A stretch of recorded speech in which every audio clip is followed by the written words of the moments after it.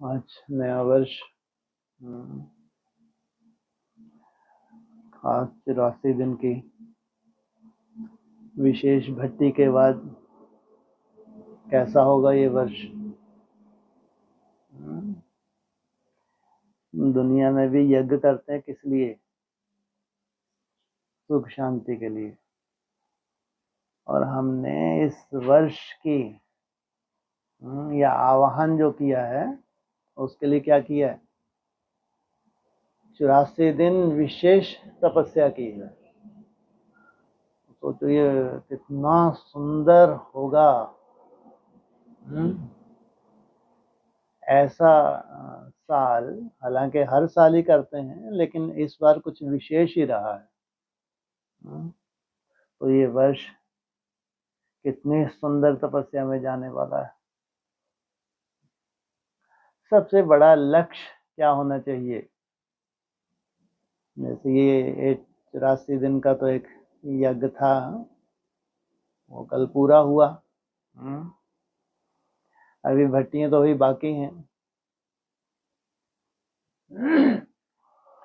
आप लोग तो वैसे समर्पित हैं, तो कोई ऐसे दिक्कत है नहीं, लेकिन तपस्या के लिए सबसे जास्ती वैल्यू किसकी है? समय की। सबसे बड़ा खजाना समय का हो। संगम युग पे जिनके पास समय है, बहुत बहुत भाग्यशाली, अगर वो सफल कर पा रहे हैं। नहीं तो समय तो बहुत हो, लेकिन अलवेलेपन में चला जाता है, ऐसे टाइम वेस्ट हो जाता है। और कोई कोई के पास समय नहीं है, लेकिन तो भी बहुत चिंता रहे उनको, तो भी अपना समय निकालें। जो भी अपनी उनकी जिम्मेवारियां हैं, जो भी ड्यूटीज हैं, उनको करते हुए भी लक्ष्य रखें कि हमको भी बहुत अच्छा मेहनत करनी है।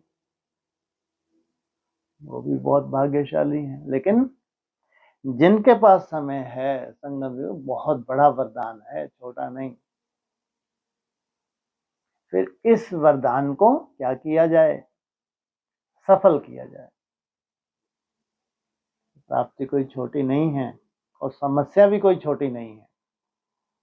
जो आने वाले समय है उसमें जो परिस्थितियां हैं वो बहुत बड़ी हैं, और प्राप्ति भी बहुत बहुत बड़ी है। पूरे कल्प में जो प्राप्ति नहीं हुई वो प्राप्ति का समय है। पूरे कल्प में जो समस्याएं नहीं हैं, थी ही नहीं, वो समस्याओं का भी समय है। दुनिया को कहाँ होश है। वो तो अपने ही किस्में लगे हुए हैं, दिन रात अपनी तरह की विनाशी कमाई में लगे हुए हैं, विनाशी साधनों में जुटे हुए हैं, और बड़े बड़े प्लान बना रखे हैं भविष्य के, कि धन कमा के फिर कैसे अपने जीवन को सुखदायी बनाएंगे। और भगवान क्या बता रहा है? कितना भी अरबपति हो, खरबपति हो, क्या होने वाला है जी? कंगाल बन जाएगा, धूल में मिल जाएगा, कंगाल महसूस करेगा। ऐसी परिस्थितियां होंगी जहां उसका धन भी काम नहीं करेगा, आएगा ही नहीं काम। सोचो आप, ऐसी कैसी परिस्थिति है कि अरब खरबपति का धन भी काम आने वाला नहीं है। जब उसके हिसाब किताब सामने होंगे, वो इतना टॉर्चर होगा, या तो सुसाइड करेगा, और या तो फिर अच्छी मौत कौन सी है? Heart attack. ये बहुत बढ़ेगा। ये सुसाइड केस और हार्ट अटैक इतने बढ़ेंगे, इतनी कम सहनशीलता कि बस सबसे सहज क्या लगेगा उनको? सुसाइड। तो कितना तनाव, वो कितनी सहनशीलता की कमी, जिसकी ये रिजल्ट, क्योंकि समय कम है और आत्माओं को जाना है, घर वापस जाना है। और तुम भाग्यशाली हो। तुम इतने भाग्यशाली कैसे बन गए भाई? क्या आधार है तुम्हारा कि तुम इतने भाग्यशाली हो? किस आधार से? हाँ, तुम्हारी अनेक जन्मों की भक्ति है जो तुमको नहीं मालूम, लेकिन कौन जानता है? स्वयं भगवान जानता है। जिनकी अनेक जन्मों की भक्ति है उनको ऐसा चांस मिलता है। पूरी तरह से तुमको समर्पित होकर जो चांस मिला है, ये बहुत बड़ी लॉटरी है। और फिर इतना सुरक्षित माहौल। कैसा माहौल भी इतना सुरक्षित। सोचो, इसमें चांस मिले, कितना बड़ा भाग्य है। नाज होना चाहिए। ये ऐसे कौन से श्रेष्ठ कर्म हमने किए होंगे जो हमको ऐसी भट्टी का चांस मिला, या अपने आत्मा के परिवर्तन का चांस मिला, या जन्म जन्मांतर का भाग्य बनाने का चांस मिला। कितनी बड़ी बात है ये। और ये हकीकत में बदलना है। क्या होने जा रहा है? ये हकीकत में बदलने जा रहा है। इसलिए एक स्लोगन हमेशा याद रखना। जब कंपिल जाते हैं तो वहां पढ़ा होगा, श्रीमत पे ना चलने वाले बीमार धीमार रोगी अशांत बने ही रहेंगे। एक रोग खत्म होगा दूसरा शुरू हो जाएगा, दूसरा खत्म होगा तीसरा शुरू हो जाएगा, क्योंकि विकृति उनके दिमाग में है। ये भी मुरली के महावाक्य हैं। बने ही रहेंगे। सोचो, ये भी ड्रामा प्ले अनुसार अपना अपना पार्ट है। इसलिए बहुत सुंदर चांस है।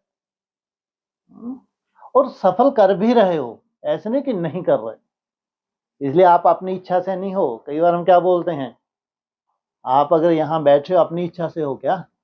किसकी इच्छा से हो? हम सब एक कठपुतलियां हैं। किसकी इच्छा से हैं? भगवान की इच्छा से यहाँ बैठे हैं। और कितना बड़ा कार्य है जो मनसा के बल से होने वाला है। सबसे बड़ा संसार में अगर कोई बल है तो मनसा का बल है, मनोबल है। उसी को यूज किया जा रहा है, जिसके ऊपर किसी ने ध्यान ही नहीं दिया। बने तो थे, लाखों ब्रह्मा कुमार कुमारी हैं, याद किया, ऐसा नहीं कि नहीं किया उन्होंने याद। अमृत वेले किए हैं, बहुत अच्छी धारणाएं की हैं, खूब सेवाएं की हैं संसार में। कोई अपना स्वार्थ नहीं रहा है, लेकिन खास मन के ऊपर कोई रिसर्च करना, जिसके लिए साधारण शब्दों में बाबा ने बोल दिया, मन के मौन से नई रंगत। कि मन अगर किसी का मौन हो जाए तो ऐसी कौन सी रंगत छुपी है? जो इतने बड़े बड़े मुरली, साधारण मुरली में बड़े बड़े महावाक्य हैं जो ऊपर से ही जाते हैं, कि क्या ऐसा भी कोई बन सकता है? जब बाबा बड़ी बड़ी बातें करते हैं तो लगता है क्या ऐसा भी कोई बन सकता है क्या? और फिर हम ज्यादातर क्या देख लेते हैं, जो हमारे बड़े हैं, दीदी हैं, दादी हैं, दादाएं हैं, तो लगता है कि इनकी तपस्या तो साधारण नहीं रही है, तो बस यहीं तक तो पहुंच सकते हैं, कोई पहुंच सकता है तो सोचो आप। और उनके द्वारा ऐसे कोई चमत्कार कभी दिखे ही नहीं। हाँ, साक्षात्कार होना ये कोई बड़ी बात नहीं है। साक्षात्कार कौन करवाता है? ये तो बाप करवाता है। सामने वाला कोई बुद्धू है, नहीं उसकी बुद्धि में ज्ञान बैठा।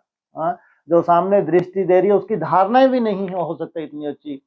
मतलब क्रोधी स्वभाव की हो, ईर्ष्यालु स्वभाव की हो ब्रह्मा कुमारी, कोई बड़ी बात नहीं है, लेकिन उसका भी साक्षात्कार हो रहा है। सोचो तो इसको क्या कहेंगे? भगवान को वो सामने वाला जो बैठा है उसको निश्चय बुद्धि बनाना है, जबकि इसका स्वभाव संस्कार तो वो जानते हैं जो इसके साथ रह रहे हैं। तो वो कोई बड़ी बात नहीं है कि हमारी दीदियों के साक्षात्कार हुए, दादाओं के साक्षात्कार हुए, बहनों के साक्षात्कार हो रहे हैं। अरे तुम्हारा परिवर्तन कहाँ तक हुआ है? अपना करैक्टर तो देख लो। और राजयोग तो बहुत बड़ी साइंस है दुनिया के हिसाब से भी। केवल भावनाओं की बात नहीं है। पूरा विश्व, चाहे हिंदू है, चाहे मुस्लिम है, चाहे सिख है, चाहे ईसाई है, चाहे कोई भी धर्म हो, सब एक ही स्वर में मानते हैं। क्या मानते हैं? अगर आपके जीवन में एकाग्रता आ गई, अगर आपने मन को वश में कर लिया, तो आपने क्या किया? विश्व को जैसे कि अपनी मुट्ठी में कर लिया। सब धर्म एक ही स्वर में बोलते हैं। चाहे वो प्रेयर करें, चाहे वो अपनी तरह का कुछ भी करें, जो भी उनके धर्म में होता होगा, लेकिन मुख्य उनका काम रहता है कि मन को रोक के हम ये करें, जैसी भी उनकी इबादत हो। मन नहीं रुक रहा उनका, वो बात अलग, लेकिन लक्ष्य सबका यही होता है कि जो भी हम इबादत करें, प्रेयर करें या मंत्र जप करें, क्या करें? हाँ, मन जितना कम हो सके, जितना कम भटकेगा, उतना ही इसका जास्ती हमको फल मिलेगा। और तुम पूरी रिसर्च मन के ऊपर कर रहे हो, सोचो। वो अगर थोड़ा सा भी मन रुके तो अपने को बहुत भाग्यशाली समझते हैं। कि आज इबादत बहुत अच्छी हुई, मन भटका नहीं। आज हम चर्च में थे, प्रेयर की, तो आज मन भटका नहीं। सोचो, तो तुम्हारा टोटली अटेंशन कहाँ है? मन के ऊपर। मन को क्या करना है? अमन करना है। दुनिया में अमन हुआ होगा या कभी किसी का हुआ ही नहीं होगा? नहीं हुआ होगा? हुआ होगा ना? बाबा ने तो हमको सार रूप में बताया है ना कि जितनी भी शास्त्रों में कथा कहानियां हैं, जितना भी शास्त्रों में महिमा मंडन किया हुआ है, वो कहाँ का है? संगम युग का है। तो जितने भी सिद्धि स्वरूप, जितने धर्मों में, ऐसा नहीं कि और धर्मों में कोई सिद्धि स्वरूप नहीं बने। चाहे ये अपने पुरानी, हमारे पुराणों में, कथाओं में कह लो, पौराणिक कथाएं हैं, या और धर्मों में जो भी सिद्ध पुरुष हुए हैं, तो उन्होंने वर्षा कहाँ से पाया होगा? जरूर संगम युग से। क्योंकि जब भगवान आए तब तो उनको वर्षा दे। इससे पहले तो भगवान कभी आया ही नहीं। हाँ, धर्म पिताएं आए हैं, उन्होंने शिक्षाएं दी हैं, आपने अपने धर्म की स्थापना की है, लेकिन भगवान का आना नहीं हुआ है। नहीं तो सृष्टि का डाउनफॉल नहीं होना चाहिए, ये निशानी है। भगवान ने यही प्रॉमिस किया है, जब पूरी सृष्टि तामसी हो जाती है तब मैं आता हूं। क्योंकि अब ये तामसी हो गई, अब इसको खत्म होना है, फिर से नई सृष्टि की स्थापना होनी। तो चाहे जो भी धर्म हो, सब अगर एक ही स्वर में बोलते हैं कि मन अगर किसी का रुक गया, साइंस भी मानती है अगर कोई मन को रोक ले वो कुछ भी कर सकता है। इतना सहज भी नहीं होगा। इसके लिए क्या चाहिए? अभ्यास चाहिए, धैर्यता चाहिए, लगातार अभ्यास और धैर्यता। अभ्यास के लिए क्या चाहिए? समय चाहिए। भरपूर समय चाहिए। जितना बड़ा आपका टारगेट है, उतना ही जास्ती समय चाहिए। इसलिए कहा समय की बहुत वैल्यू है। जितना समय कम होता जाता है, 36 की तरफ बढ़ रहा है, उतनी ही एक एक दिन की बहुत बहुत वैल्यू है। सोचो कितनी तुमको प्राप्ति कराने वाला है ये एक एक दिन। इस दिन में एक एक घंटा, उस घंटे में जो तुमने अटेंशन दिया, मिनटों के ऊपर अटेंशन दिया, सेकंड के ऊपर जब जब भी तुमने अटेंशन दिया, उसकी कितनी वैल्यू है अभी समझ में नहीं आ रही, लेकिन वो वैल्यू निकलेगी जरूर। इसलिए हमको तो एक बना बनाया प्रोग्राम मिला हुआ है। वो भी इसलिए मिला है कि हमारे पास क्या है, और कुछ हो ना हो, तुम्हारे पास क्या है? समय भरपूर है। और उस समय का तुम फायदा सालों से भी उठा रहे हो, ऐसा नहीं तुम्हारे लिए कोई नई बात है। जब ये ट्रैफिक कंट्रोल का विशेष अभ्यास नहीं था, लेकिन भट्टी तो तब भी चल रही थी, सालों से चल रही थी, 14 साल से ही चल रही थी। तब भी तो चार्ट बनाते थे। अमृत वेला कभी मिस नहीं हुआ, नुमा शाम कभी मिस नहीं हुआ, तो तब भी चार्ट बनाते थे। तो तब भी तुम्हारे साथ जो जुड़े हुए थे, जो घर गृहस्थ में रहते थे, तो उनको यहाँ आने की परमिशन तब दी जाती थी, कितने घंटे होने चाहिए थे उनके, 8 घंटे अगर उनके होते थे, 3 बजे से अमृत वेला होता है, तब उनको परमिशन थी कि आप संगठन में आए, हम आपकी इंक्वायरी नहीं करेंगे। लेकिन अगर आपको संगठन में आना है, गुरुवार को आना है, तो 8 घंटे प्लीज अपना चार्ट बना के तब आए, नहीं तो यहां आने से रिएक्शन हो सकता है। यहां कोई कथा नहीं सुनाई जाती कि वहां बैठेंगे जाके कोई अच्छे से पॉइंट सुनेंगे, कोई बैटरी चार्ज हो जाएगी तो बहुत बड़ी कृपा हो जाएगी। ये सालों से ही ये हमारे यहाँ अक्सर चर्चा होती है, हर क्लासेस में अक्सर ये चर्चा होती थी कि अगर तुमको लगता है कि उस संगठन को ज्वाइन करना है, उस संगठन में हमको भी रहना है, उस समय तो चाहे घर गृहस्थ में हो तो कम से कम 3 बजे से अमृत वेला 8 घंटे तुम्हारे याद की मेहनत तो चाहिए ही चाहिए। और करते थे वो, और सालों से उन्होंने किया है, चाहे वो गांव की माताएं हैं, चाहे गृहस्थ में रहते भाई हैं, उन्होंने किया है। तो जब वो 8 घंटे करते, तुम्हारा कितने घंटे का टारगेट होता था कम से कम? 12 घंटे का। तुम्हारा कम से कम टारगेट शुरू से रहा है कि 12 घंटे एवरेज चाहिए। एवरेज का मतलब अगर है एक हफ्ते में आपके 2-4 किस दिन कम हो गए तो आपको वो बढ़ाने हैं। एक हफ्ते में एवरेज आपको 12 घंटे करनी पड़ती है, और तुमने की है, सालों साल की है। तो वो मन मनाभव था। अब उसका सार, क्योंकि अब ये यात्रा एकदम लास्ट मोड पे आ गई है, एकदम अंतिम मोड है। तो सोचो, जिन्होंने इतने सुंदर चार्ट मेंटेन किए हैं, तो आप लोगों को लगता है कि उनके लिए यात्रा कोई बहुत मुश्किल होने वाली है? तब भी याद करने के लिए तो भगवान को क्या करना पड़ता है? मन को हटाना, इधरों से हटाना पड़ता है? लेकिन अब केवल मन को टोटली रोकना, व्यर्थ को टोटली खत्म करना, समर्थ स्वरूप के ऊपर स्थिर होना, अपने निश्चित जो तुम्हारा स्वरूप है, खास जो तुम्हारा पॉइंट ऑफ लाइट है, उसमें स्थिर होना, इसकी प्रैक्टिस की बात है।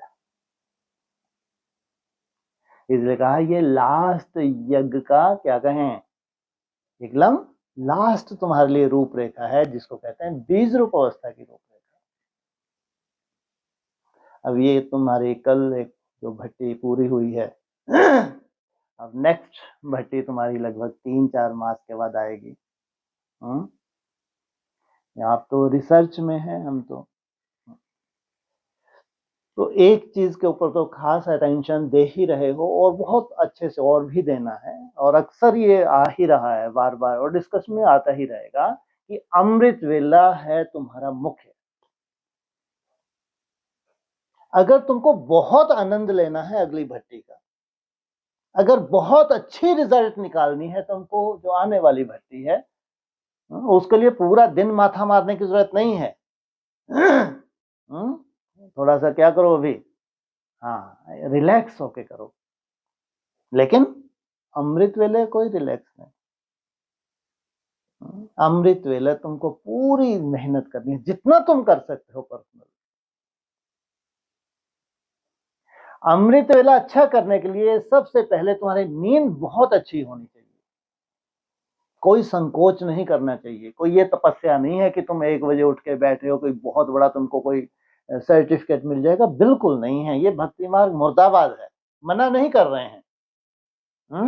अगर तुम 1 बजे से 2 बजे से उठ जाते हो, और उठ के तुम अपने को संभाल रहे हो, और उठ के तुम बहुत अच्छी मेहनत कर रहे हो, तो बहुत भाग्यशाली हो, मना नहीं कर रहे।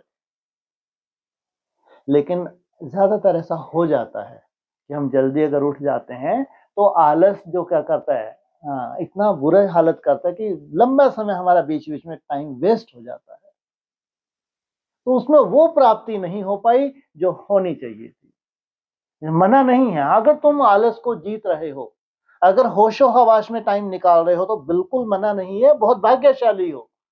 अमृत वेले तो जितना जास्ती कोई सफल कर रहा है, उतना ही पावरफुल आत्मा बनता है।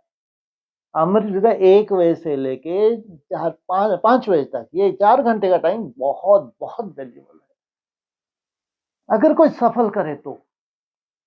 अगर कोई 1 बजे से उठता है 5 बजे तक सफल कर रहा है, बीच में आलस में वेस्ट हो गया और दूसरा 2 बजे उठ रहा है, उससे कहीं आगे चला जाएगा वो। कि उसका आलस में वेस्ट नहीं हुआ, झुटकों में वेस्ट नहीं हुआ, कहीं आगे है वो उठने में आगे है, वो प्राप्ति में आगे है। 1-2 बजे भी नहीं उठा, 3 बजे उठा, 3 बजे उठने के बाद जागती ज्योति है, बहुत अच्छी मेहनत कर रहा है। ये 1-2 बजे उठने वाले फेल हैं उसके आगे। अगर वो 3 बजे उठने के बाद पूरा सफल कर रहा है, होशो हवास में सफल कर रहा है और अपने संकल्पों को रीड कर रहा है, कहीं नहीं लग रहे 1-2 बजे उठने वाले फेलियर सिद्ध हो जाएंगे उसके सामने, क्योंकि वो है भक्ति मार्ग। ये 3 बजे उठ के जो मेहनत कर रहा है, ये है एक्यूरेट, ये है राजयोगी। मना नहीं है, 1 बजे उठने की मना नहीं है, 2 बजे उठने की मना नहीं है, तुम उससे पहले भी उठते हो, अगर 12 बजे से भी तुम करते हो, कोई इविल सोल तुम्हारे लिए नहीं बनी है, ध्यान रखना। इतना सुंदर वायुमंडल है, लेकिन समय वेस्ट होता है तुम्हारा, तो कोई वैल्यू नहीं है उसकी। आलस एक हमारा शत्रु है, उसको जीतना है, उसको हट से नहीं जीतना है, लेकिन एक रिक्वायरमेंट है सबकी, उतनी नींद तो चाहिए ही चाहिए। जैसे आप लोगों के लिए तो कोई ऐसी समस्या नहीं है सोने की, 8 बजे के बाद आप फ्री हो जाते हो, मेरे को लगता है हम सब लोग 9 बजे तक सो ही जाते होंगे। अगर 9 बजे तक सो जाते हैं तो कम से कम 5-6 घंटे, 5 घंटे तो कम से कम चाहिए ही चाहिए। तो 5 घंटे नींद हुई तो कितने बजे उठे आप?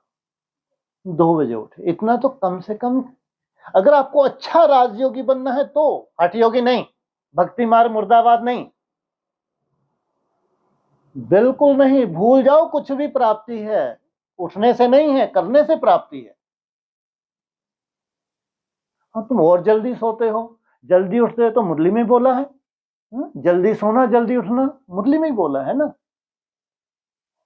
अगर आलस में जा रहा है तो तुम अपने ऊपर काम नहीं कर रहे, ध्यान रखना, अपना चेक करके तो देखो, स्वयं अपनी चेकिंग करके देखो, तुम होश में नहीं रहते, अंदर बाबा बाबा चलता है, लेकिन जो रूलिंग कंट्रोलिंग पावर होनी चाहिए वो नहीं होती तुमसे, नहीं होती। अगर थोड़ा सा भी झुटका आ रहा है उस वक्त तुम्हारी मन बुद्धि तुम्हारे कंट्रोल में होती ही नहीं है, ये है राजयोग। और हम अपने को खुश कर लेते हैं, इतने घंटे हमने भर दिए, किया है, ये नहीं कह रहे कि नहीं किया है, लेकिन वो एक्चुअल जैसा होना चाहिए वैसा नहीं हो पाया। जैसा होना चाहिए वैसा अगर तुमने 2 घंटे भी कर दिया ना अमृत वेले, 2 घंटे भी, अगली भट्टी का तुम नजारा देख लेना। 2 घंटे भी अगर तुमने कैसा, जैसे मिलिट्री वाले कैसे होते हैं, सोचो कितने अलर्ट रहते हैं, उनको हमेशा ही क्या किया जाता है, कुछ ना कुछ उनको वर्किंग करनी होती है हमेशा ही। और बाबा तुम हो रूहानी मिलिट्री, मना नहीं है उठने का, किसी को मना नहीं है, 1 बजे उठो, 2 बजे उठो, कोई मना नहीं है, लेकिन हाँ, या तो तुम मुंह धुलाई बार बार करके आलस को दूर करो। आलस किसी को ना आए ये नहीं हो सकता। हाँ, सतो प्रधान अवस्था में जाओगे तो आलस नहीं होगा, होगा ही नहीं। आलस क्या होता है तुमको मालूम ही नहीं होगा उस वक्त, 2 घंटे भी सो ली तो सफिशिएंट, कोई आलस नहीं होगा। लेकिन वो एक अवस्था है, वो अवस्था वो आने में टाइम लगता है, उस अवस्था तक जाने में हमको मेहनत करनी होती है। वो समय भी हम लोग अनुभव करेंगे कि जब 1-2 घंटे भी सो ले, 2-2.5 घंटे सो सफिशिएंट, उसके बाद सोना भी चाहो तो तुम नहीं सो सकते। अगर तुम दिन में भी सोना चाहो तो तुमको नींद आने वाली नहीं है, तो इतनी सतो प्रधान अवस्था की अनुभूति। लेकिन ये कोई भी हट से कभी भी प्राप्त नहीं कर सकता। इसलिए गीता में क्या बोला है स्पष्ट, ना कम सोना ना जास्ती सोना, ना कम खाना ना जास्ती खाना, इन दोनों को योग कभी सिद्ध नहीं होता, हो ही नहीं सकता। क्योंकि कायदे हैं, शरीर का अपना कायदा है। शरीर को डाइट चाहिए, एक लिमिट की डाइट चाहिए। शरीर को, ये आत्मा की डाइट है, रेस्ट क्या है, ये भी एक ट्रीटमेंट है भाई आत्मा का। सोचो कितनी एनर्जी ले लेती है आत्मा जब डीप में जाती है, गहरी निद्रा में जाती है, वो 1.5-2 घंटे की बताते हैं। बाकी स्वप्न कोई निद्रा नहीं होती, लेकिन तो भी वहां उसकी लंबे समय की नेचर है, तो वो उसमें भी उसको रेस्ट मिलता है, ऐसा नहीं कि नहीं मिलता है, मिलता है। इसलिए अगर आपको नेक्स्ट आने वाली भट्टी बहुत अच्छी करनी तो भक्ति मार्ग से ऊपर उठ जाओ। आलस कम से कम अमृत वेले तुमको अगर 2 घंटा मिल रहा है, 3 घंटा, जितना भी मिल रहा है, बैठने के इसलिए मना करते हैं कि तुम बैठते हो, तुम्हारे को आलस आता है, फिर कोई इशारा भी देता है तो तुम हाँ थोड़ी देर के अलर्ट होते हो, लेकिन फिर वैसे के वैसे फिर दूसरा ही माथा पटकता है, क्या इनको उठाओ। ऑनलाइन ऑफलाइन ये ज्यादा दिक्कत कहाँ है? ऑनलाइन वालों में बहुत है ऐसे, बिल्कुल टाइम वेस्ट कर रहे हैं। उठते हैं, उनको लगता है हम बहुत बड़ा तीर मारे, कहीं का तीर नहीं मार रहे, तो खोखले हो। 2 बजे से उठना इनका कोई काम का नहीं है, धिक्कार है इनके ऊपर। सोचो आप, क्योंकि वहां कोई देख रहा नहीं है, है? आराम से बैठे हैं, झुटके खा रहे हैं, हो गया इनका अमृत वेला। क्या ये राजयोगी बनेंगे? और जुड़े हैं, एक दिन क्लास मिस नहीं कर, धारणाएं बहुत अच्छी हैं। इसलिए चाहे ऑनलाइन है चाहे ऑफलाइन है भैया, मना नहीं करते हैं, लेकिन इससे कोई बहुत बड़ी प्राप्ति नहीं है। तुम एक एक 2 बजे उठ उठ के बैठ गए। असली प्राप्ति है जो तुमने समय को सफल किया। हाँ, उससे तुम्हारा हल्कापन आ रहा है मन बुद्धि में। जो तुम समय को सफल करते हो ना, जो मन को रोकते हो कुछ कुछ है, उससे मन बुद्धि हल्की होती है। उससे कहते पाप भस्म हो रहे हैं। वो है ज्वाला स्वरूप अवस्था। पाप भस्म का मतलब है जो पिछले हिसाब किताब है वो तो आते हैं, लेकिन अब आत्मा जैसे से पावरफुल होती जा रही है, वो क्या कर रही है, कंट्रोलिंग पावर आ रही है उसमें। अब वो रिपीट नहीं होने दे रही उन संस्कारों को, बस ये है रियल कंट्रोलिंग पावर का, ऐसे भस्म हो रहे। बाकी उठने से नहीं हो रहे। सालों उठते रहो, पूरा जीवन ही उठते रहो, भावनाओं का फल मिलेगा, ये मना नहीं कर रहा मैं, राजयोगी नहीं है। अगर आपने पूरा जीवन अमृत वेला मिस नहीं किया और भक्ति मार्ग की तरह याद किया, उस भावनाओं का फल मिलता है, नहीं मिलता ऐसा नहीं है, लेकिन वो कोई रिसर्च नहीं है, वो कोई राजयोग नहीं है। राजयोग तो अव्यक्त बने, रूलिंग और कंट्रोलिंग पावर, मन बुद्धि की रूलिंग। तो उसका कितना अटेंशन चाहिए मनसा के ऊपर।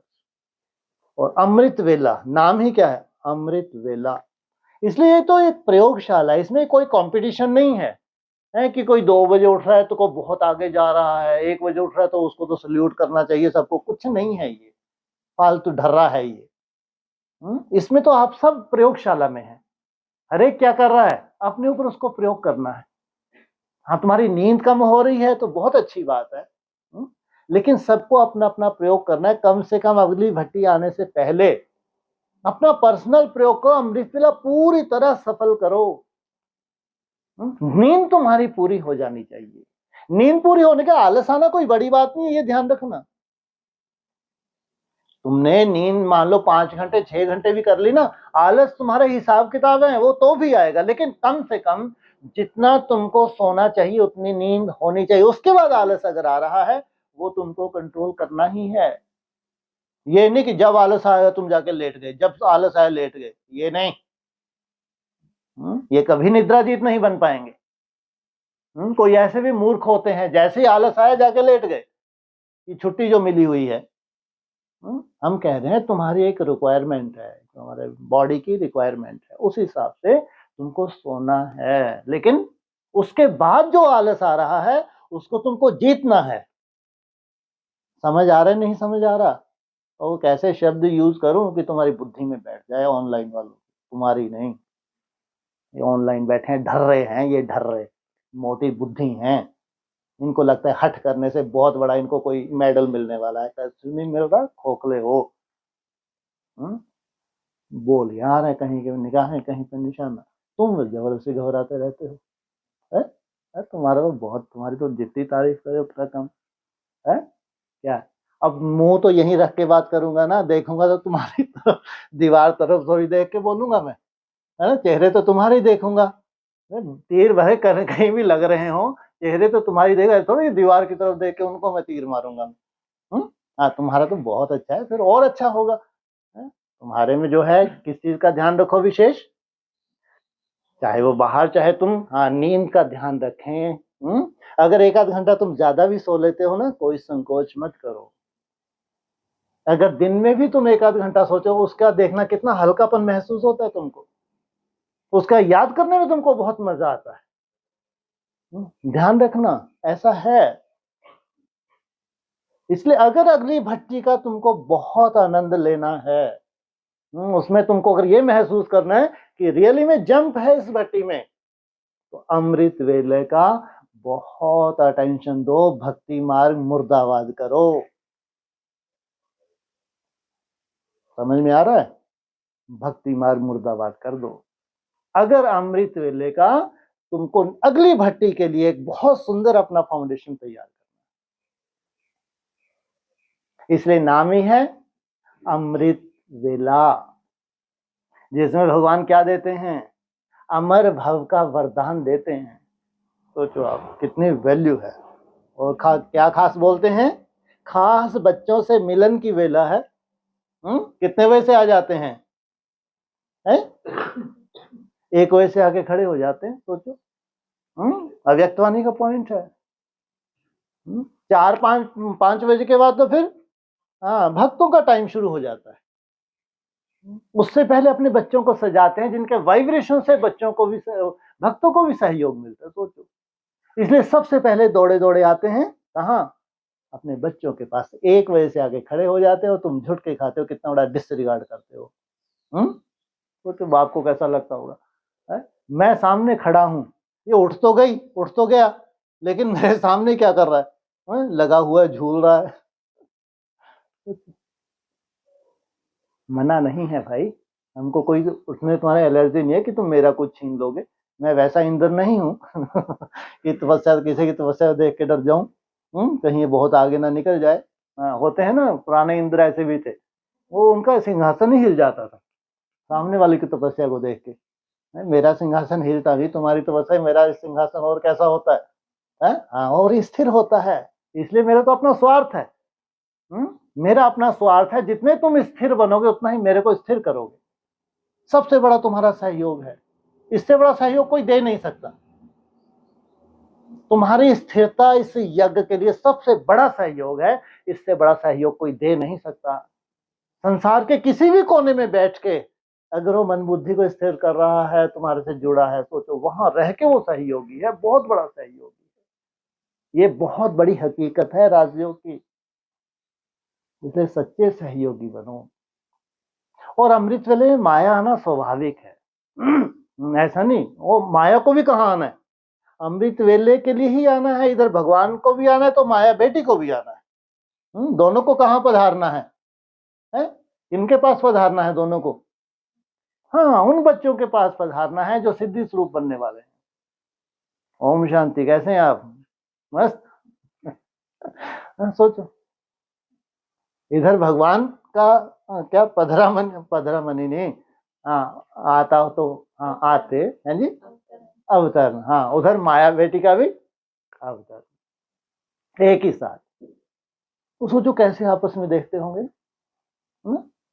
भगवान तैयार है तुमको शक्तियां देने के लिए, और माया तैयार है तुमको झुटके खिलाने के लिए।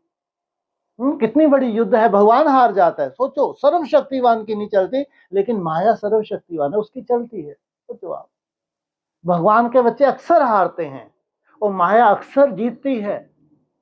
ये हालत है। आप अपनी अपनी रिपोर्ट देख लो, आप अक्सर हारते हो और माया अक्सर जीत रही है। और जबकि तुमको बनना है माया जीत। इसलिए थोड़ा सा अगर समझदार बन जाओ, अगर थोड़ा सा भक्ति मार्ग अपना त्याग दो, तो सोचो कितनी खुशी होगी भगवान को। उसको तुम्हारे सोने में भी खुशी होती होगी यार, कि सो किस लिए रहा है? हाँ, जगने के लिए। कितनी बड़ी बात है। सोचो, ये सो इसलिए रहा है कि 1 घंटा अगर मैं ज्यादा भी सो लूं तो जग के मेरे को बहुत बड़ा यज्ञ का क्या करना है? विशेष सहयोगी बनना है, विशेष वायुमंडल बनाना है। इसलिए अमर भव का अगर वरदान है तो वो है, और अमर सिद्ध होने वाले हैं तो हैं। ये ध्यान रखना, सब चीज प्रैक्टिकल होने वाली है। और जो भी आत्माएं सिद्धि स्वरूप बनेंगी, सबसे पहले उनका सतो प्रधान अमृत वेला ही होगा। जब भी तुम्हारा आसन सिद्ध होने वाला होगा, कोई स्थूल आसन की तो यहाँ बात नहीं है। यहाँ आसन तुम्हारा कौन सा है? मन बुद्धि की स्थिरता। मन बुद्धि की पूरी तरह से कंट्रोलिंग पावर उसकी भी जब शुरुआत होगी अमृत वेले से ही होगी। ध्यान रखना, इतनी वैल्यू है अमृत वेले की। इसलिए बाबा ने ऐसे अक्सर बोल देते थे कि भक्ति मार्ग में जब आसन सिद्ध करते हैं 3 घंटा 45 मिनट, अगर किसी का आसन सिद्ध हो जाए तो 24 घंटे के लिए उसका आसन सिद्ध हो जाता है। तो वो हद की बात, लेकिन हमारे यहाँ वो बेहद की बात। 3 घंटा 45 मिनट का हमारा अमृत वेला होता है। अगर कोई 3 घंटा 45 मिनट अपनी मन बुद्धि को पूरी तरह से कंट्रोल कर रहे, चाहे घूम फिर रहा है चाहे बैठा है, तो सोचो 24 घंटे उसकी मुट्ठी में आ रहे हैं। जो उसका लक्ष्य है कलातीत, 24 घंटे उसको निरंतर योगी जो बनना है उसकी मुट्ठी में आ रहा है अमृत वेले के आधार से। सोचो इतनी वैल्यू है अमृत वेले। इसलिए थोड़ा सा और समझदार बनो। होश में, आलस तुम्हारा समय को वेस्ट ना करे। आलस आना स्वाभाविक, सोने के बाद भी आएगा, ये भी बोल रहा हूं मैं। तुम अगर 5-6 घंटे भी सो लोगे ना तो भी आलस है, लेकिन वो आलस ऐसा होगा तुम चाहो तो उसको कंट्रोल कर सकते हो। वो आलस ऐसा नहीं होगा कि तुमको परवश करे। उसमें भी तुमको ऐसा नहीं कि थोड़ा बहुत घूमना पड़ेगा बीच बीच में, उसमें भी तुमको थोड़ा मुंह हाथ धुलाई करना पड़ेगा बीच में, ऐसा नहीं है ऐसे ही कंट्रोल हो जाएगा, बिल्कुल नहीं। निद्राजीत ऐसे ही नहीं बनते हैं भाई। उसमें कोई कोई को तो ये होश ही नहीं रहता कि मेरे को आलस आ रहा है, क्योंकि वो टोटली विस्मृति स्वरूप नहीं है। ध्यान रखना, टोटली विस्मृति स्वरूप नहीं है। स्मृति जुड़ी हुई है, कनेक्शन जुटा हुआ है, लेकिन लहरा रहे हैं, झूमती मीनारें हैं ये।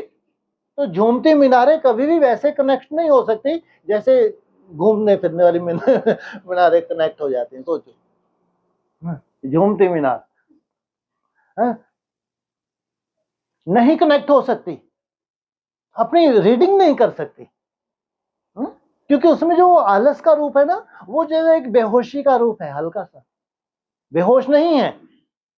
याद है, कनेक्शन है, लेकिन वो भक्ति मार्ग वाली याद है, राजयोग नहीं है, क्योंकि उसमें थोड़ा सा क्या है, मिक्स क्या है, आलस का रूप जो मिक्स है ना, वो तुमको रूलिंग कंट्रोलिंग पावर के लिए बिल्कुल भी प्रेरित नहीं कर रहा। हाँ, तुम्हारा समय सफल हो रहा, तुमने नोट कर लिया क्योंकि तुमने याद किया है। ऐसा नहीं कि याद किया, डिस्कनेक्ट नहीं थे, कनेक्ट थे, लेकिन संकल्पों के तुम रीडिंग कर ही नहीं सकते, कर ही नहीं सकते, चैलेंज है। ये है राजयोग। इसलिए अच्छे से कम से कम तुमको पहचान होनी चाहिए कि राजयोगी जब सिद्ध होगा तो राजयोग की एक्चुअली परिभाषा है क्या। भक्ति मार्ग कैसे कैसे हर जगह हमारे पास घुसा हुआ है, कैसे कैसे उस भक्ति मार्ग से हमको छुटकारा पाना है, तब जाके ये सिद्ध होता है, राजयोग सिद्ध होता है, तब जाके भगवान के कार्य के तुम निमित्त बनते हो। तो वो ठेका तुमने ही उठाया है, ध्यान रखना ये भी। लाखों ब्राह्मण है, लाखों ब्राह्मण। आज भी हम चैलेंज करते हैं, इतने तो कम से कम अनुभवी हैं। बेसिक में भी हमने बहुत अच्छा सालों साल बेसिक में जिए हैं और देखा है, एडवांस में भी सालों साल चले हैं और पूरा सब कुछ देखा है। चैलेंज है, ऐसा परिवार कहीं नहीं है संसार में, कहीं भी नहीं है। हाँ, ज्ञान बगाड़ने वाले बहुत हैं। हाँ, ये जो है जानवरते के प्रतीक हैं, ये बहुत हैं, ढेर के ढेर हैं, उनके संगठन भी होंगे, लेकिन एकाग्रता कहीं नहीं है, एकाग्रता का काम करना कहीं नहीं है। मैं ये नहीं कह रहा कि हाँ बहुत एकाग्रता हो गई, नहीं, लेकिन कम से कम तो एकाग्रता के लिए काम कर रहे हो, एकाग्रता के लिए मेहनत कर रहे हो। तो तुम सिद्धि स्वरूप नहीं बनेगे तो कौन बनेगा भाई। अगर भगवान साक्षियों के अपने पूरे ही परिवार को देख रहा है, लाखों ब्रह्मा कुमार कुमारियां हैं, एडवांस भी उसी में है, उन लाखों को अगर भगवान देख रहा है, साक्षियों के अगर संगठित रूप में कोई आत्मा ऐसी मेहनत कर रही है, तो सोचो कितना बड़ा टारगेट और कितना बड़ा उनको सहयोग भगवान का मिलने वाला है, अगर वो हिम्मत नहीं हारती हैं तो। हमेशा ये याद रखना, भक्ति मार्ग में इसलिए तो ऊपर उठाना चाहते हैं भक्ति मार्ग से आपको हमेशा। अगर तुम बहुत अच्छी मेहनत कर रहे हो ना, तो भगवान तब तक साक्षी है, तो जरूर कोई व्यक्ति विशेष तुम्हारे पैरेलल भी काम कर रहा है, वैसी मेहनत कर, व्यक्ति विशेष है, संगठन में नहीं है, ये मत भूल जाना कभी भी, नहीं तो मृत्यु है तुम्हारी। व्यक्तिगत आप ले लेना अपने ऊपर इस बात को। तुम संगठित में हो, अगर समझ में आए मेरी बात तो ऊपर से जाएगी, नहीं तो मैं ये कह रहा हूं तुम संगठन में कर रहे हो, लेकिन जो भी यहां जितना भी पावरफुल जो भी आत्मा है, जो भी अपने को जिस लेवल का समझता है, उसी के पैरेलल कोई ना कोई आत्मा कर रही है पुरुषार्थ, और उन दोनों को ऊपर वाला देख रहा है साक्षियों के। इनमें से एक थकेगा, एक कायदा है। ये नहीं हो सकता कि तुम पहलवान लगे हो और कोई पहलवान नहीं है, कायदा नहीं है। सृष्टि का भी ये कायदा नहीं है, ये कायदा नहीं है भाई। हाँ, उसको पर्सनल वो हो रही है, प्रेरणा हो रही है, उसको पर्सनल प्रेरणा हो रही है, वो लगा है, अचानक प्रेरणा हो रही है, लगा है, बिल्कुल तुम्हारे जैसे ही प्रेरणा हो रही है। अब इनमें से कौन थकेगा ये देखना, तब तक वो थमला है, साक्षी है। जितना सहयोग उसको करना है दोनों को ही कर रहा है वो, लेकिन रिजल्ट निकलने के लिए वो साक्षी है, वो थमला है। इनमें से एक को थकना है जरूर, और माया की ड्यूटी है इनमें से थका तो दोनों को अपने हिसाब से फटका। एक थक जाए तो समझो फिर क्या होगा, एक के पावन बनने से काम हो गया। एक को तो जरूर थकना है, रेस है ये, रेस। इसलिए ये मत सोच लेना कि यही पूरा संसार है, ऐसा नहीं है। जो तुमको दिख रहा है यही सब कुछ नहीं है, जो दिख रहा नहीं दिख रहा वो भी है। इसलिए हम कई बार कहते हैं ना, अव्यक्त ज्योतिर्लिंगम, वो सबको एक साथ देख सकता नहीं देख सकता। जो कम से कम वैल्यूएबल रत्न है उनको तो देख सकता है ना, नहीं देख सकता है? वैल्यूएबल ब्रह्मा कुमार कुमारियां, चाहे एडवांस में हो चाहे ब्रह्मा कुमारी हो, चाहे उनको एक साथ वो रेस करते हुए, मेहनत करते हुए देख सकता है या नहीं देख सकता? देख सकता है ना। इसलिए हमेशा आप लोगों को याद रखना चाहिए, जो मैं दौड़ रहा हूं, मैं मेहनत कर रही हूं, मेरे साथ साथ जरूर इस पूरे विश्व में कोई आत्मा तो है और होनी चाहिए, तभी कंपटीशन कहलाता है। तुम्हारा ही अपना स्कूल बना लिया, तुमने ही अपनी महिमा कर ली, तुमने अपने परिवार की महिमा कर ली, और टाइम टाइम फिस। ये तो कोई कायदा नहीं है, ये चूचा कौन कर रहा है?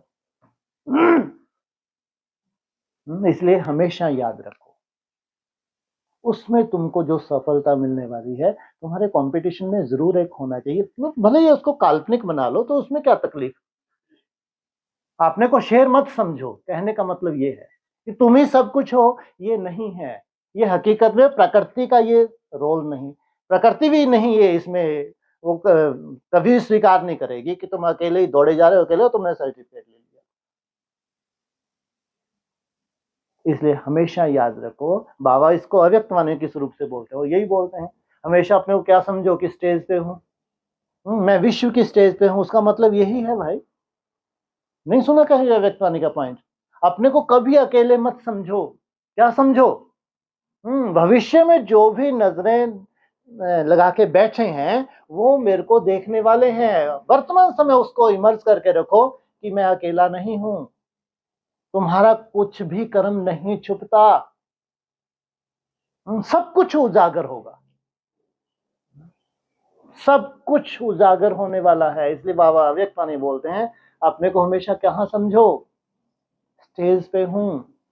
और जब कोई स्टेज पे होता है तो सोचो उसकी एक्ट कैसी होती है, कहीं झुटके खा रहा है वो तो कैसा लगेगा, सामने ताली बजाएंगे, अंडे फेंकेंगे, हैं?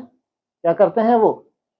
हाँ, जो भी सामने बैठे हैं तो वो स्पेशल अंडे लेकर ही आते हैं, उनको मालूम है, सुना है हमने कि जब ये स्टेज पे झुटके खाते हैं तो अंडे पहले से ही ले आते हैं, इनका थोबड़ा ही फोड़ेंगे। हाँ, तो कल्पना करो स्टेज पे तुमको भगवान ने बिठा दिया, मेरी लाज रखेंगे ये, है? कैसी लाज रखी तुमने? इसलिए सारे शहर में हम ही हैं, हमसा कौन है ये भूल जाओ। ये बहुत बड़ा संसार है ब्राह्मणों का, उसका मिटने हुए संसार की बात नहीं कर रहा है, लेकिन ये ब्राह्मणों का संसार भी बहुत बड़ा है, लाखों ब्राह्मण है भाई, पवित्र आत्माएं हैं उनमें हजारों। और उन हजारों में से 16,000 आत्माएं कितनी श्रेष्ठ होंगी, उनमें भी फिर नंबरवार है।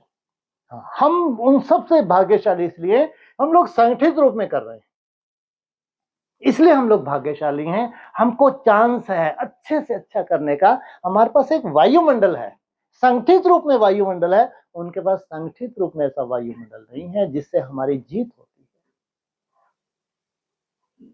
इसलिए मुख्य अमृत वेला जो आने वाली भट्टी है जुलाई में, उसमें अगर तुमको बहुत आनंद लेना है, भविष्य में अपना साक्षात्कार करना है, कितना राइट हैंड तुम बनने वाले हो, तो उसके लिए अपने अमृत वेले को सफल करो और उसमें भी विशेष अटेंशन दें। संगठन की बहुत वैल्यू है, यहाँ अपनी पर्सनल संगठन की वैल्यू है। तुम अपने कमरे में बैठ के भी कर सकते हो, तुम साइड में बैठ के भी कर सकते हो, कोई वैल्यू नहीं, तो बाद में ही मिलेगा तुमको। बाद के हो तुम, बाद के। एक स्थान क्यों बनाया जाता है? जैसे कमरा है तो क्यों बनाया गया?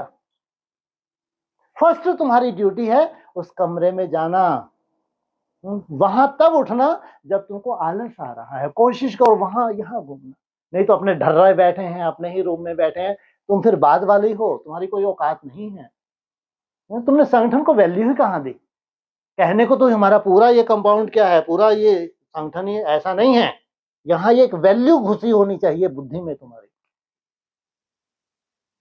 ये बुद्धि की बात है, वो तुम्हारी बुद्धि नहीं चली तो बट्ठल बुद्धि रहे तुम आज तक, कि यहाँ संगठन की वैल्यू कैसे हो सकती है, यहाँ हम संगठन को सहयोग कैसे दे सकते हैं।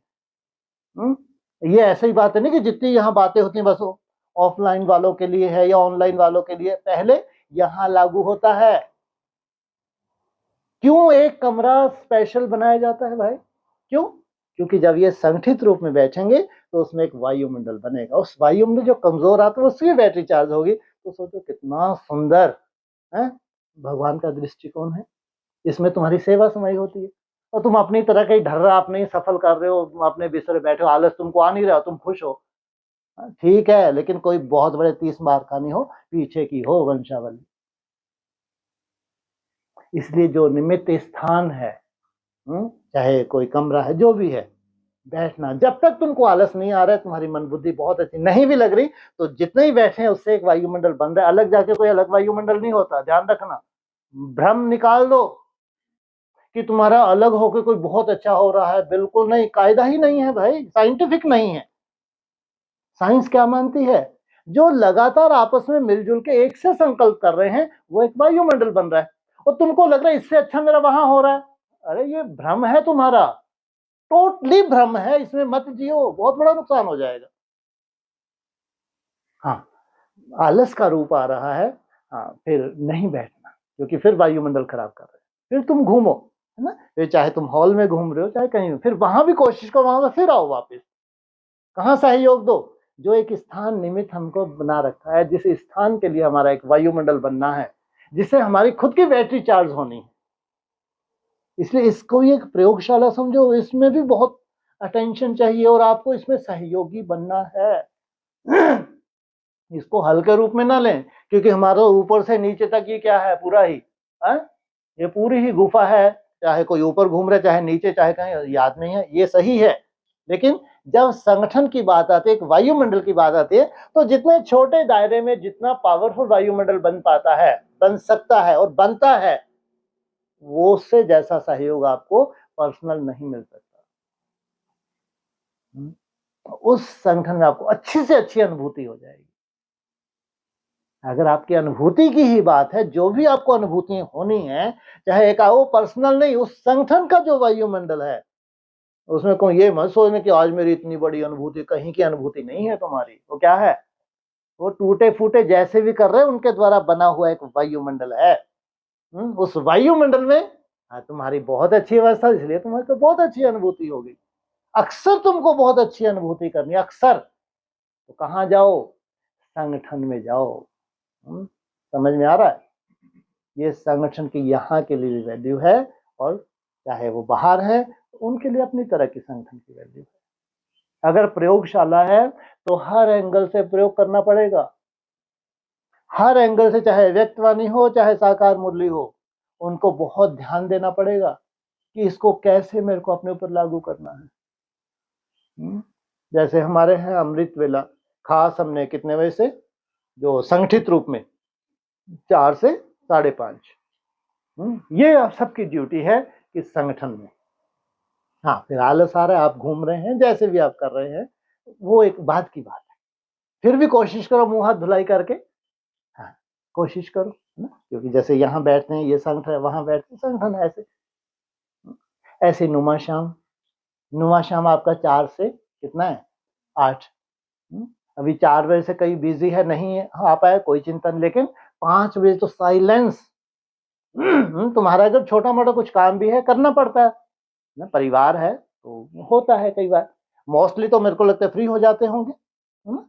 तो जो काम है वो साइलेंस में करें, क्योंकि 4 बजे से क्या शुरू हो चुका, हनुमान शाम शुरू हो चुका।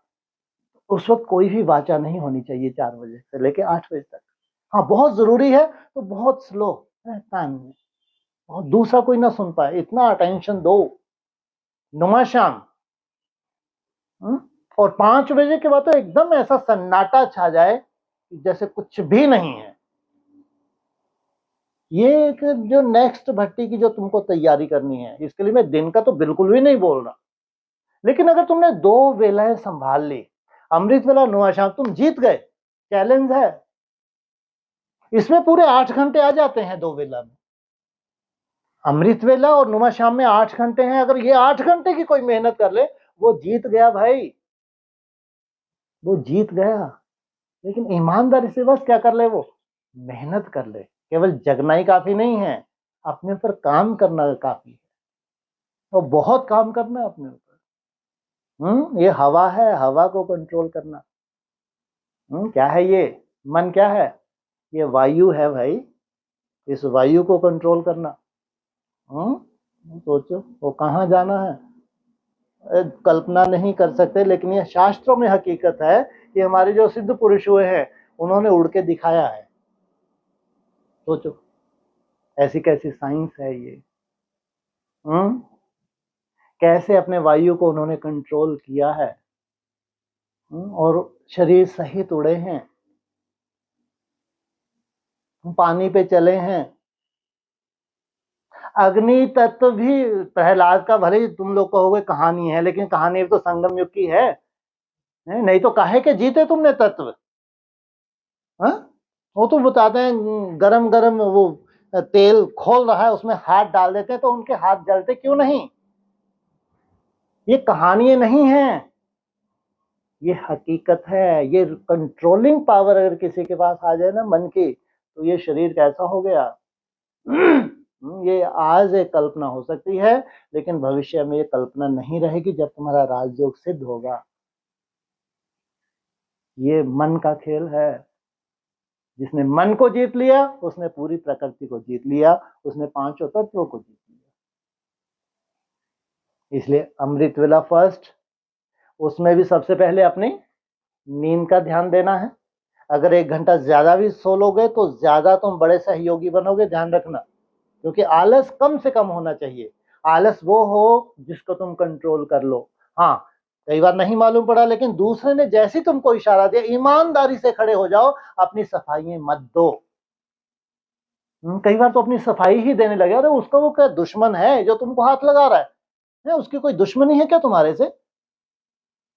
सोचो वो ऐसे भन्ना के देखते हैं जैसे पता नहीं कितना बड़ा गुनाह कर लिया, इसने हमको हाथ क्यों लगा दिया, कि हमारे से बड़ा कोई तपस्वी नहीं था। इसलिए उसका थैंक्स करना चाहिए। अगर किसी ने हाथ लगा दिया तो मैं कह रहा हूं, बार बार कह रहा हूं, तुम उस वक्त याद में होते हो, लेकिन वो स्मृति वैसी नहीं है, तुम्हारा हल्का सा मुंडा झुक रहा है तब वो हाथ लगा रहा है। तुम भन्नाए किस लिए, कि तुम याद में हो, और तुमको मुंडा झुकता हो तुमको नहीं दिख रहा, तुम्हारी फोटो खींचे तो शायद तुमको यकीन हो जाए, क्योंकि खुद को नहीं मालूम पड़ता। लेकिन अगर किसी ने तुमको हाथ लगा दिया तो तुम्हारी ड्यूटी है तुरंत क्या हो जाना चाहिए, हाँ तुमको मुंह हाथ धुलाई करना चाहिए या घूम फिर के करना चाहिए। अगर संगठन को बहुत पावरफुल बनाना है, अगर अगली भट्टी का बहुत आनंद लेना है, इतना तो करना पड़ेगा। फर्स्ट अमृत वेला, दूसरा नुमा शाम। नुमा शाम 4-5 बजे से 8 बजे तक बहुत बड़ा चांस है। सुबह तो चलो अपना अपना उठते हैं, नहाना धोना करना होता है, कोई 1 बजे से उठा, कोई 2 बजे से, कोई 3 बजे से उठा, फिर नहाना धोना फ्रेश होना वो सब चलता है। लेकिन 4 से लेके 5:30 हमको संगठन में मिलते हैं। लेकिन नुमा शाम में सोचो 4 से लेके 8 बजे तक 4 घंटे आपको संगठन में मिलते हैं। तो कितनी बड़ी बात है, कितनी बड़ी पावर है वो नुमा शाम। एक गिफ्ट है अगर तुम अटेंशन रखो तो, अगर तुम उसकी वैल्यू को जानो तो बहुत बड़ी गिफ्ट है। इसलिए अगर रेस भी है तो आप पर्सनल तुमने कितनी वैल्यू दी है, पर्सनल तुमने कितना सुंदर अटेंशन दिया है, ये फिर तुम्हारा पर्सनल हो जाता है। जिसके पास नुमाशाम अमृत वेला किसी की मुट्ठी में आने का मतलब आप लोग समझते हैं। मुट्ठी के आने का मतलब होता है, मुट्ठी यानी कि कोई व्यर्थ ही नहीं बचा तुम्हारे पास, है ना। लेकिन तुम जो मेहनत कर रहे हो, जिस मेहनत से तुम संतुष्ट हो, वो मेहनत तुम कर लेते हो। अब जिस मेहनत से तुम संतुष्ट हो, उसमें आलस नहीं है। और चाहे घूम फिर के कर रहे, चाहे बैठ के, कभी मना नहीं करते। अगर तुम्हारे पास आलस नहीं है, बैठ के कभी मना नहीं करते, लेकिन ज्यादातर आलस आ जाता है। और तुम सेटिस्फाई हो जो कर रहे हो, वो तुम्हारी अपनी तरह के, अपना पर्सनल है, वो तुम्हारी मुट्ठी में होना चाहिए। अब तुम उसमें कितने अपने आप को नंबर देते हो? जैसे मान लो 1 घंटा तुमने अमृत वेला किया, और तुम्हारी क्वालिटी के ऊपर डिपेंड करता है, तुम्हारी खुद की सेटिस्फेक्शन होनी चाहिए। 1 घंटे में तुमने उसको 40 मिनट दिए, 50 दिए, 60 तो कोई दे ही नहीं सकता, है ना। ज्यादा से ज्यादा 40 देंगे या 50 देंगे या 30 भी देते हैं। 30 भी देते हैं तो ऐसा नहीं कि वो नहीं मेहनत करते, मेहनत करते तो उनको लगता है नहीं ज्यादा से ज्यादा व्यर्थ चला हुआ है। और कभी व्यर्थ कम होता है तो 40 देते हैं, कभी इतना व्यर्थ नहीं होता, है ना, तो 50 भी देते हैं। या जब बहुत अच्छी मेहनत करते हैं, उसमें भी व्यर्थ है, लेकिन मेहनत बहुत अच्छी की है तो उसमें 50 भी देते हैं। तो अगर नुमाश्याम और अमृत वेला, अगर ये 2 वेला तुम्हारी मुट्ठी में आ गई, और तीसरा तुम्हारा सबसे बड़ा सहयोगी ट्रैफिक कंट्रोल, मेरे को तो नहीं लगता कि 400 ना हो पाए, संभव ही नहीं है, संभव ही नहीं है, संभव ही नहीं है भाई कि 400 ना हो पाए। कितने ट्रैफिक कंट्रोल? 24 नहीं है, 4 के बाद मत गिनो, 4 के बाद तो रोज पूरे 4 घंटे ट्रैफिक कंट्रोल है। 8 बजे से लेके 4 बजे तक, क्योंकि आप भट्टी में ही हो तो वहां भट्टी में पूरा सीधा सीधा तो ले रहे हो तुम, है उसमें अलग से लोगे क्या ट्रैफिक कंट्रोल के? सीधा सीधा ले रहे हो, नहीं ले रहे, हर घंटे अपने हिसाब से ले रहे हो ना। लेकिन जो कर्म योग का टाइम है तुम्हारा, वो है 8 बजे से लेके 4 बजे तक, 4 या 5 बजे तक, ये है ट्रैफिक कंट्रोल। इसमें हर एक ट्रैफिक कंट्रोल में ईमानदारी से तुम अपनी पर्सनल मेहनत करो, मेहनत। कितने हैं ये? 16 पांजा, 1 घंटा तो यही हो गया। 80 मत करो कि 1 घंटा तो है, अगर तुमने मेहनत की है। अगर प्लानिंग नहीं करने बैठ जाना, चलो अगर ट्रैफिक कंट्रोल आ गया, अभी अपन प्लानिंग कर लो। 400 किसी का ना हो नहीं, ये तुम खुद ही देख लेना। बस करना क्या है, अमृत वेला ईमानदारी से, और नुमा शाम ईमानदार। हाँ, इसमें एक चीज ध्यान रखना, कोई कर्म भोग छुट्टी, कोई करने की जरूरत नहीं, आनंद लो कर्म भोग का। हाँ, हठ योग नहीं है, कोई बहुत बड़ा तुम्हारा नुकसान हो गया, बहुत आगे नहीं, कहीं आगे नहीं निकल रहे है। किसी का भी अगर छोटा मोटा कर्म भोग भी है तो आनंद लो, क्या छुट्टी, लिव इट। आज चलो बढ़िया है, थोड़ा सा जैसे बच्चे होते हैं ना, आज स्कूल नहीं जाना तो हल्का सर दर्द है, खुश। अब है सर दर्द, वो झूठे नहीं, तकिए के नीचे रख दी गोली, माँ बाप ने दी तो खाई नहीं, हो छुट्टी, वो नहीं, वैसे बच्चे नहीं चाहिए। लेकिन अगर कर्म हो तो कोई चिंता करने की जरूरत नहीं, कोई चिंता नहीं, कोई नहीं निकला जा रहा तुम्हारे हाथ से, कुछ नहीं निकल रहा। हाँ, जब तुम पूरी तरह फिट हो, वो है राजयोगी। जब पूरी तरह से फिट हो, हाँ, कर्म भोग इतना है कि तुम उसको कंट्रोल कर सकते हो, तुम्हारे से जास्ती भाग्यशाली कोई नहीं है। हाँ, बहुत बड़ा भी होता है, कभी इतना होता है कि हम कंट्रोल कर सकते हैं, तो तुम्हारे जैसा भाग्यशाली नहीं है, तो वो तो एक प्रयोगशाला है। तुम अपने योग बल से उसको क्या कर रहे हो, प्रयोग करके उसको जीतना तुम्हारा, ये तो तुम बहुत भाग्यशाली हो, जो तुम्हारा एक अनुभव आगे चल के काम करेगा। लेकिन जब योग नहीं हो पाता है कर्म भोग की वजह से, तो बिल्कुल चिंता नहीं करनी है, कोई चार्ट की चिंता नहीं करनी है, कोई नुमा शाम की, कोई अमृत वेला की चिंता नहीं करनी है। पहले उस कर्म भोग से फिट होना है, और उसके बाद हमारे पास समय ही समय है। इसलिए कल भट्टी पूरी हुई, नई भट्टी शुरू हुई। ये भट्टी वैसी नहीं है, धनाधन धनाधन नहीं है, है ना। इस भट्टी में तुमको अटेंशन है अमृत वेला, नुमाश्याम और ट्रैफिक कंट्रोल। और इसमें तुम्हारा टारगेट होना चाहिए कि कम से कम 400, हाँ नहीं निकले चिंता मत करना, 200 250 जितना भी हो रहा होने दो, लेकिन लक्ष्य रखना है 3 महीने में कि कम से कम हफ्ते में 2 दिन, कम से कम। कभी तो तुम हल्के रहते होगे या रोज ही कर्म हो सब कर्म तुम्हारे लिए ही है क्या सर? हफ्ते में 2 दिन भी अगर तुम हल्के रहते हो ना, हफ्ते में 2 दिन, 5 दिन नहीं, 2 दिन जब भी तुमको हल्कापन महसूस हो, वो ये तो भगवान की कृपा होगी ही होगी, हर एक के ऊपर होती है। उस वक्त मैक्सिमम अपना टारगेट अचीव कर लेना। ये ऑनलाइन वालों कोई बोलते हैं वो तो बिजी रहते हैं कोई अपने बिजनेस में बिजी है, जॉब में बिजी है, खेती बाड़ी में बिजी है, कहीं ना कहीं बिजी होते हैं वो भी अगर 2 दिन अगर छुट्टी भी ले लें, अपने ऑफिस से छुट्टी ले लें, अपने खेती बाड़ी से छुट्टी ले लें, जो भी उनका काम, अगर 2 दिन छुट्टी भी ले लें तो समझो बहुत कुछ पा लिया उन्होंने, क्योंकि एक निश्चित रूटीन में तो रोज चल ही रहे हैं वो भी। अमृत वेला उनका मिस नहीं होता होगा, है ना? नुमा शाम चलो जैसा भी होता है, दिन में भी ट्रैफिक कंट्रोल ज्वाइन करते हैं, एक दिनचर्या में चल ही रहे हैं, लेकिन कम से कम हफ्ते में 2 दिन विशेष होने चाहिए अगली भट्टी से पहले।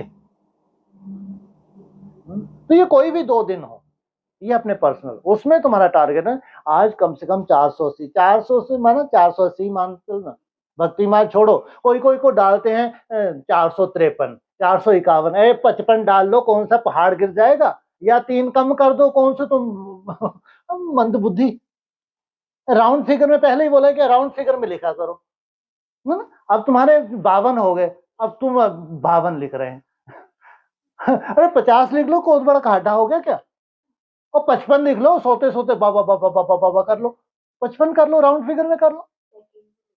सेकंड भी लिखते हैं है ना? हालांकि उन्होंने उसने सुंदर चेकिंग की होगी, ये वो नहीं है ऐसा, उसने बहुत सुंदर चेकिंग किया, सेकंड भी लिखा है तो ईमानदारी से किया है, लेकिन छोड़ दो ना उसको, को कोई खा जाएगा क्या, है ना? अब तुमने किया है, तुम्हारा है, वो तो तुम्हारा अंदर से काम तो चल ही रहा है, लेकिन नहीं डालने से कोई खा गया, है ना? भूखा ही बैठा है कोई, तो राउंड फिगर में डालना चाहिए, अच्छा भी लगता है ना? 51 हो गया, 37 हो गया, 15 हो, 15 तो ठीक है ना? 15 है राउंड फिगर में, 5 का इसमें डालना चाहिए चार्ज।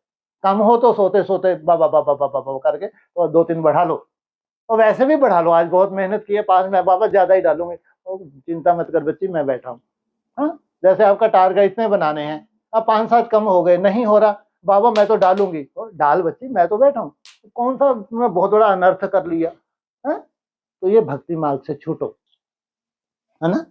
राउंड फिगर, अमृत वेला, नुमा शाम और ट्रैफिक कंट्रोल, ईमानदारी से ट्रैफिक कंट्रोल, और ये केवल 3 महीने करो तो दिन में तो तुमको कोई आफत ही नहीं दे रहे, नहीं तो देनी चाहिए तुम लोगों को तो। अब वैसे मोटे रूप में इशारा तो दे दिया, क्या इशारा दिया शुरू से ही है? अरे जब वो 8 घंटे करते हैं मेहनत, तो तुमको 12 घंटे, 12 घंटे करोगी तो 400 ना निकले, हो ही नहीं सकता।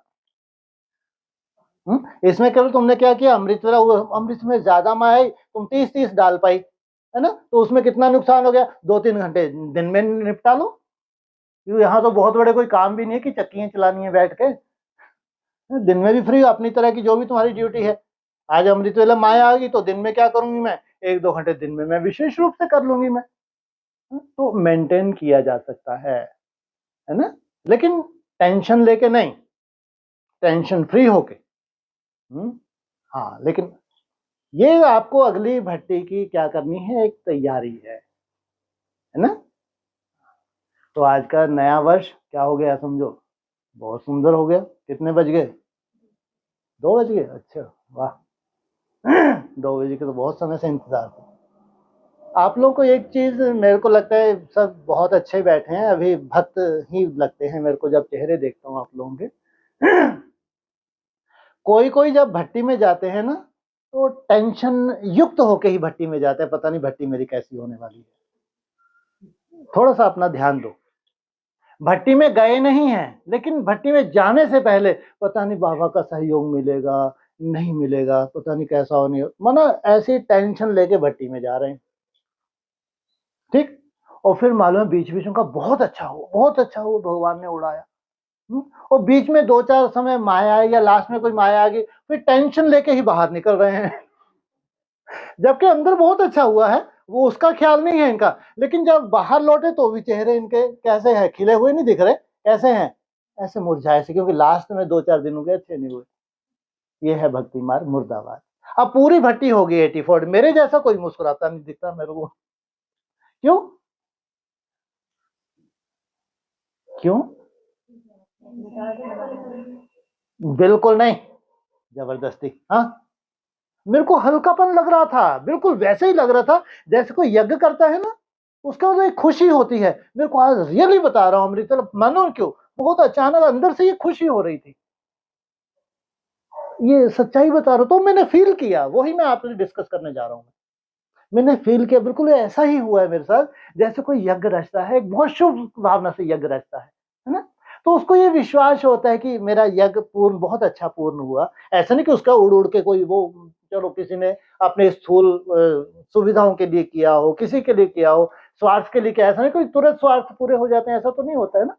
लेकिन जब उनका यज्ञ पूरा तो उनको एक खुशी होती है, कोई ऐसा विघ्न नहीं आया तो जो एक खुशी थी ना, वो एक आनंद की फीलिंग थी, एक हल्कापन था और तुम लोगों के साथ क्या होता है कि मेरा चार्ट उसके चार्ट से मेरा चार्ट कम रहा, उसका इतना, उसको इतना सही, मेरे को इतना सही। ये सोचो, ये यज्ञ निपटा के आए हैं इतना बड़ा यज्ञ किया और लेके क्या आए, उसका इतना बाबा ने सहयोग कर दिया, मेरे को नहीं किया। उसका चार्ट इतना अच्छा है, मेरा इतना। ये प्राप्ति करके आए, इनसे मिलो, ये है ज्ञानी तू आत्मा, मुझे अति प्रिय है। थोड़ा सा जागो, सुबह हो गया, 2 बज गई है ना, इन बातों से उठो। 2 बज रहे हैं भाई, दुनिया सो रही है, तुम सो नहीं रहे हो, तुम उठो ना। और जब तुम इस रूप से अपने को देखोगे ना, तुमको बहुत खुशी महसूस होगी। आत्मा हल्की, जो तुम हल्कापन महसूस ही नहीं कर पा रहे, क्योंकि वो बोझ तुमने यहाँ ढो रखा है बुद्धि में, दूसरों को देख देख के, दूसरों से कंपटीशन करके, वो बोझ तुम्हारा पूरा यहाँ पे बैठा हुआ है, इसलिए वो आनंद ही नहीं दे पा रहे, तुम हल्का महसूस ही नहीं कर पा रहे। नहीं तो ये हो नहीं सकता कि इतनी मेहनत की हो, तुमको हल्कापन न लगे, हो नहीं सकता।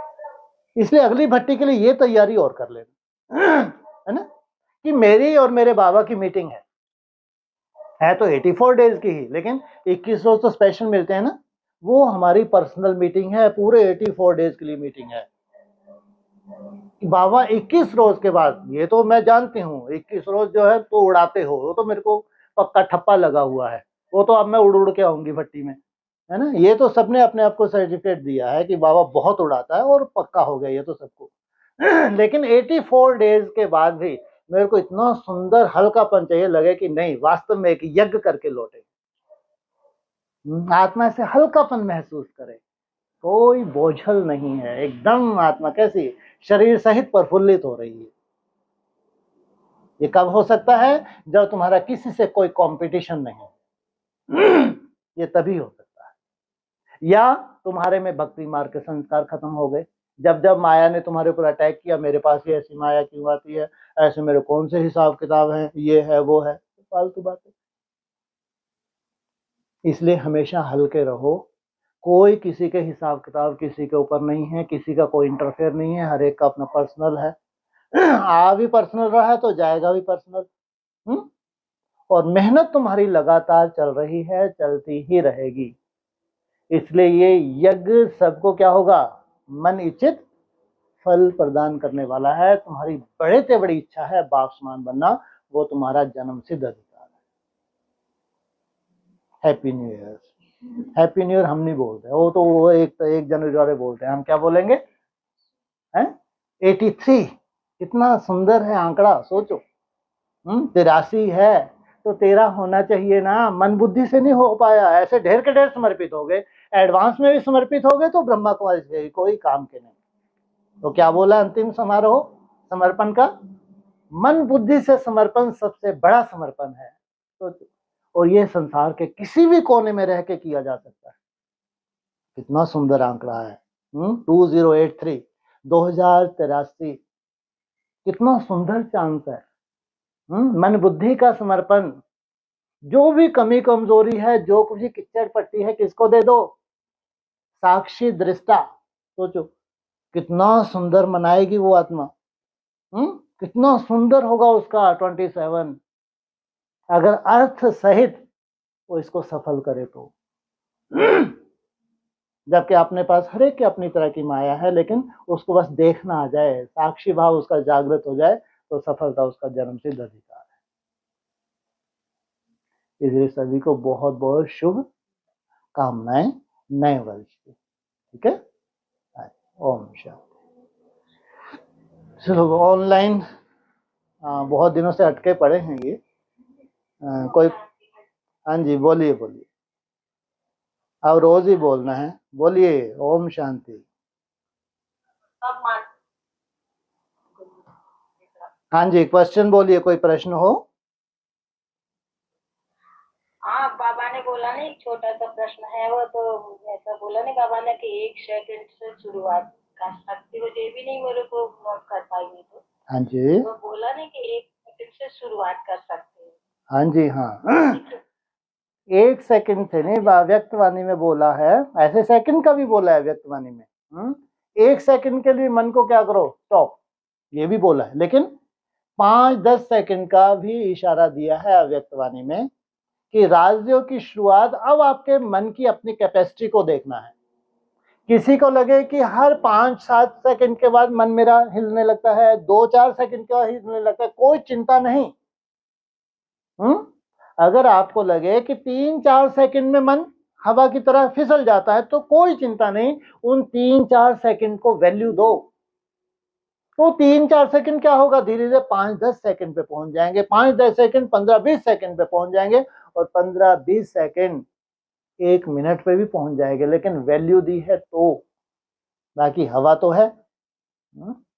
हाँ, इसकी फिर फाइनल रिजल्ट ये निकलती है कि तुम्हारा 1 सेकंड ऐसा आ जाता है, उस 1 सेकंड में क्या बन जाते हो तुम, ब्रह्मा सो विष्णु।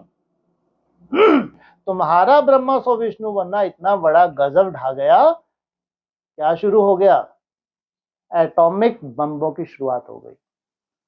कितना सुंदर तुमने 1 सेकंड क्या किया, क्या किया, 1 सेकंड में ब्रह्मा सो विष्णु बने तो एटॉमिक वार शुरू हो गई। सोचो, क्योंकि तुम आत्मा जो बन गए। तुम्हारी यात्रा है एटम बनने की, आत्मा बनने की। आत्मा से फिर परमात्म बम, क्या बनोगे, अव्यक्त ने बोला है क्या, सबसे वैल्यूबल कौन सा बम फटेगा, परमात्म बम। आत्मा बनने से संपूर्ण स्टेज परमात्मा बनने तक की 100% निराकार स्टेज पर स्थित होना, माना सबको क्या दे देना, मुक्ति और जीवन मुक्ति का वर्षा देना, अपने परिवार को जीवन मुक्ति का वर्षा देना और बाकी सबको मुक्ति में पहुंचा देना। इसलिए सोचो कि समय कितने करीब और कितने दूर है। और ये हकीकत है, बहुत बड़ी हकीकत है उस सेकंड की। इसमें आपको साइंटिफिक कैसे लगता है, ये कैसे हो सकता है साइंटिफिक, क्या आपके पास क्या है, ऐसे कोई सबूत है, कोई महावाक्य हैं कि 1 सेकंड में जब एक आत्मा ब्रह्मा को विष्णु बनेगी, अचानक वो विस्फोट कैसे हो जाएंगे, ये कैसे हो सकता है। हाँ, जिसको बोला परमात्म प्रकोप, वो एक आत्मा है जो अव्यक्त है, वो देख रही है, वो पूरे संसार को एक साथ देख सकती है, जो भी श्रेष्ठ आत्मा है। उसको इंतजार है कि 1 सेकंड में ये आत्मा ब्रह्मा सो विष्णु बन जाए, तब तक उसका कार्य रुका हुआ है। इसलिए वो है ईश्वरीय प्रकोप, इनको प्रेरणा देना कि अब तुम एटम बम बटन दबाओ। तो सोचो तब तक ये कितने टॉर्चर होने वाले हैं, वार का कैसा रूप होने वाला है, कितने टॉर्चर हो जाएंगे। अब इनको वो बटन दबाना ही है, और उस वायुमंडल का बटन दबाने से क्या होगा, कहीं भी फटेगा, पूरे वर्ल्ड का वायुमंडल दूषित। ऐसा नहीं कि जिस कंट्री पे फेंका बस वो सी कंट्री को इसने जाम कर दिया, बिल्कुल नहीं, पूरे विश्व के वायुमंडल को प्रभावित करेगा। जैसे मलेरिया की बीमारी होती है, ऐसे कैंसर इतना बढ़ेगा, बात मत पूछो। जो आने वाला समय है, इसलिए बाबा कहते हैं साधारण नहीं है, वो निश्चित है, 1 सेकंड निश्चित है। सोचो, वो सेकंड निश्चित है, पहले से ही निश्चित है, उसको कोई चेंज नहीं कर सकता। तो ये घटनाएं जो होने वाली हैं, ये भी निश्चित है, उसकी बेहद की मृत्यु और इन सब की हद में मृत्यु। इसलिए बहुत कम समय है, बहुत कम होता जाता है, लेकिन भगवान ने क्या बोला है, चाहे घर गृहस्थ में हो, कहीं पे भी हो, संसार के किसी कोने में भी हो, भगवान को याद करो। चाहे हिंदू हो, मुस्लिम हो, सिख हो, ईसाई हो, जिनको ऐसा समय दिख रहा है वो भी तो अपनी तरह की इबादत कर रहे होंगे ना, तो भावनाओं का फल मिलता है। ऐसा नहीं कि तुम राजयोगी, ठीक है राजयोग नहीं सिद्ध हो रहा, लेकिन वैल्यू तो है। जो भी भगवान को याद करते हैं अपनी तरह से याद करते हैं, ऐसा नहीं कि उनकी भावना का फल नहीं मिलता। समय कठिन है और दिन प्रतिदिन कठिन है। दिन प्रतिदिन बोल रहे हैं, साल दर साल नहीं बोल रहे। क्या बोल रहे हैं? दिन प्रतिदिन बोल रहे हैं, साल दर साल नहीं बोल रहे। क्यों? कि दिन प्रतिदिन तुम्हारी अवस्था वृद्धि को पानी है, तब जाके वो सेकंड आता है। एक सेकंड में क्या बनते हैं? ब्रह्मा सो विष्णु।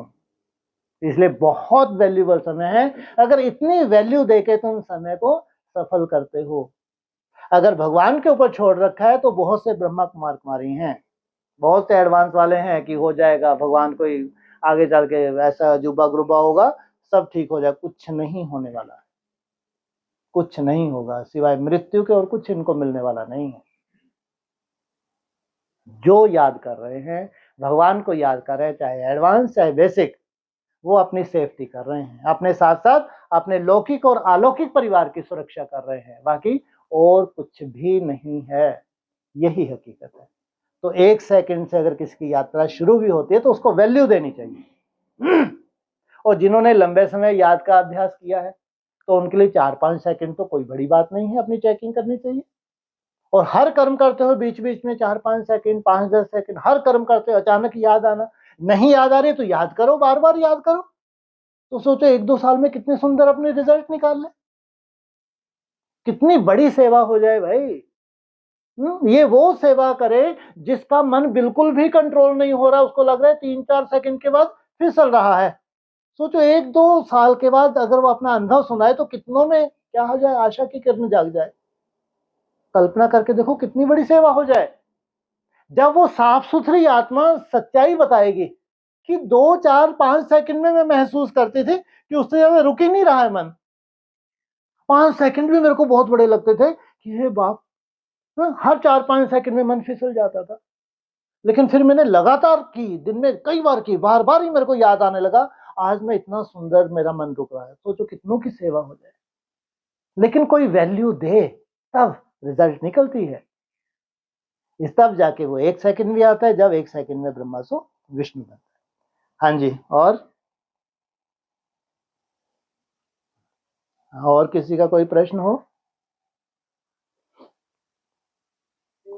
ओम शांति। हाँ जी, हाँ बोलिए।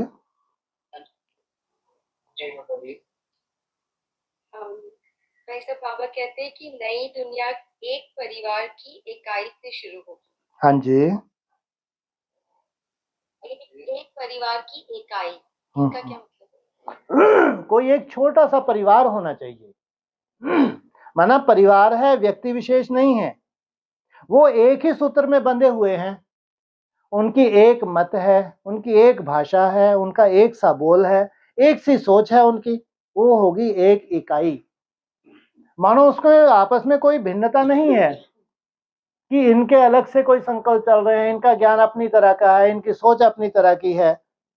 एक सा पुरुषार्थ कर रहे हैं, एक सी सोच रखते हैं, एक सा उनका टारगेट है, तो एक सूत्र में बंधे हुए हैं, उसको कहेंगे ये है एक इकाई। उस एक इकाई से, एक छोटे से परिवार से प्रत्यक्षता की शुरुआत होती है। इसलिए कहा है अतीन्द्रिय सुख पूछना हो तो गोप गोपियों से पूछो कि निराकारी स्टेज क्या होती है। अतीन्द्रिय बोला, इंद्रिय नहीं बोला। इंद्रियों के पार का सुख अर्थात आत्मा का सुख।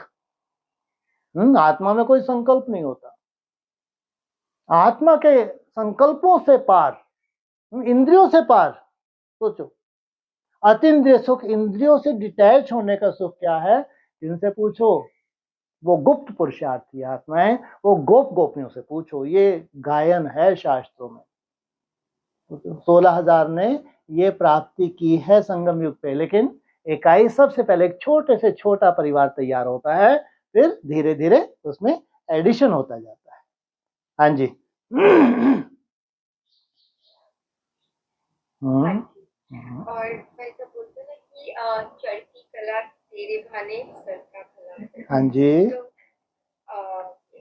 जैसे एक अनुभव है कि चाहे कितनी भी बिजी लाइफ हो हमारी, हाँ पर जी। महसूस होता है कि आगे तो बढ़ रहे हैं, चाहे गुड। वो चींटी के जैसे धीरे धीरे गाड़ी बढ़ रही है, पर बढ़ तो रही है। बहुत सुंदर, बहुत सुंदर।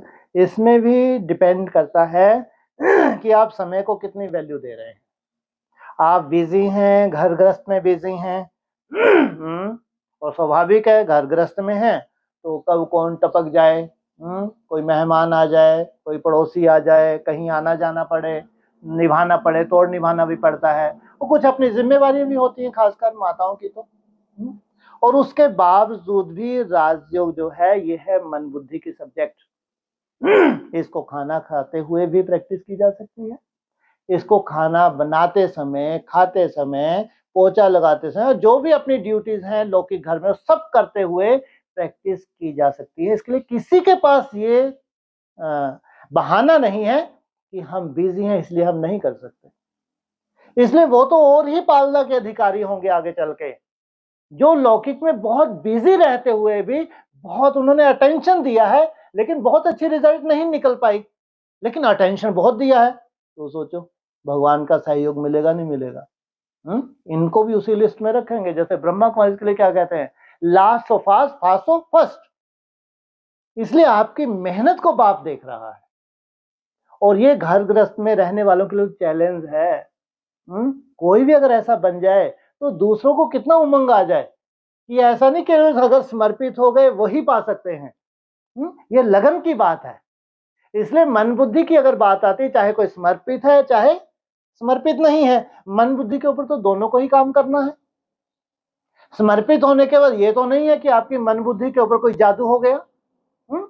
मन बुद्धि तो आपकी वैसी ही है जैसी थी, उसको तो आपको पर्सनल क्या करना है, कंट्रोल करना है। इसलिए चाहे घर गृहस्थ में है चाहे समर्पित है, जो दोनों की रेस है मन बुद्धि की वो एक सी ही है। हाँ, जो समर्पित है उनका समय बहुत मिल गया, उनके पास प्रैक्टिस करने के लिए समय जास्ती है ये। लेकिन जो बाहर रह रहे हैं, जिनके पास समय कम है, उन्होंने हर कर्म करते हुए धुन लगा दी। सोचो आगे चल के कितनी बड़ी अचानक इनको एक लिफ्ट मिलती है, होगी नहीं होगी प्राप्ति। कायदा क्या कहता है, इसलिए इनके लिए कितना बोला, 8 घंटे, और समर्पित वालों के लिए 16 घंटे। सोचो माना जितना हम 16 घंटे में सार निकालते हैं, ये 8 घंटे में अगर निकालते हैं तो बराबर है। दिखने में उनका चार्ट कम है दिखने में, लेकिन जो उन्होंने घर गृहस्थ में रहते हुए जो मेहनत की है उस हिसाब से वो अधिकारी हैं भविष्य में प्राप्ति करने के। इस हिसाब से जो घर गृहस्थ में रह रहे हैं अगर अटेंशन देते हैं, काम से नहीं कि ये काम छोड़ के बैठ गए, ऐसा तो हो नहीं सकता। जो भी ड्यूटीज हैं उनको तो करना पड़ता है। फिर भी जितना हो सके अपने को क्या करना पड़ता है, फ्री रखना भी पड़ता है। अगर रिसर्च है तो तोड़ निभाना बात अलग होती है, जबरदस्ती कहीं भी घुस जाना है, कहीं भी नहीं भी रिश्तेदार बुला रहे बहाने ही चाहिए चले गए, जब आके संदेश देंगे, अरे मरने का समय संदेश देने का नहीं है, अभी तो खुद की मृत्यु से क्या होना है, अमर होना है। जहां तक हो सके अपने को क्या करना चाहिए, अब तोड़ निभाना बहुत ही मजबूरी होनी चाहिए, नहीं तो जितना कम हो उतना अच्छा है। अब ये बहाना नहीं है कि जाना ही पड़ता है, तो क्यों जरूरत है क्या तुम्हारी यहाँ पे है? अगर तुम इतना भी कंट्रोल, हाँ थपाड़ा मारा सामने वाले ने, नहीं चल रही तो चले जाओ। जब थपाड़े नहीं पड़ रहे हर जगह घुस जाना, जाके नहीं जाना है वहां याद कर ले, काहे की याद कर लोगे तुम, फिर उसी में संतुष्ट हो जाना जितना भी कर रहे हैं, और समय कितना निकला जा रहा है। ऐसे अपने को ठगे मत। जिस स्पीड से समय निकल रहा है वैसे अपने को मत ठगें, बहुत बड़ा नुकसान हो जाएगा। तोड़ निभाने का मतलब क्या होता है कि हम नहीं चाहते हैं, वहां मजबूरी है, तो वहां आपकी लगन लगी रहेगी, ध्यान रखना। और जब तुम ही छम छम करते हुए जा रहे हो तो वहां तुमने चिंदी सी उठा के कर ली थोड़ी सी कोने में जाके, तुम बहुत खुश हो रहे हो, बहुत कर लियो, बहुत कहीं का नहीं किया तुमने। छम छम करते नहीं जाना है, कैसे जाना है, हाँ मजबूरी में जाना है। जब मजबूरी में जा रहे हो तो भगवान देख रहा है, फिर वहां तुमको लगन लगी रहेगी, कि मैं आना नहीं चाहती थी लेकिन मेरे को आना पड़ा। फिर वो लगन क्या कैसे किसमें परिवर्तन हो जाएगी, वहीं पे तुमको ऐसा महसूस होगा जैसे मैं परम धाम में हूँ। ये रूपरेखा ही अलग हो गई। ये इसको कहते हैं तोड़ निभाना। लेकिन जहां तक हो सके अब किनारा करने का समय है, निभाने का समय नहीं है। संबंधों को शॉर्ट करने का समय है, संबंधों को बढ़ाने का समय नहीं है। कैसा समय है? जितने संबंध तुम्हारे कम होते जा रहे हैं बहुत भाग्यशाली हो, जितने तुम संबंधों को बढ़ा रहे हो तुम दुर्भाग्यशाली हो। अगर इस संगठन में है तो बाहर तो बहुत वैल्यू है। बाहर तो जितना भी निभाते हैं, सोशल वर्कर होते हैं या अपने समाज सेवा या अपने करते ही हैं, वो कोई बड़ी बात नहीं है। उनके लिए वो बहुत भाग्यशाली है, क्योंकि बड़े बड़े उनका ठीक है जो भी सहयोग करते हैं आपस में वो लोग। लेकिन यहाँ दुर्भाग्यशाली कहलाएंगे, क्योंकि जिस समय की तुमको वैल्यू थी तुमने उस वैल्यू को जाना ही नहीं, जबरदस्ती धक्के खाए। तो इसको क्या कहेंगे? तो ये बहुत बड़ा दुर्भाग्य कहलाएगा।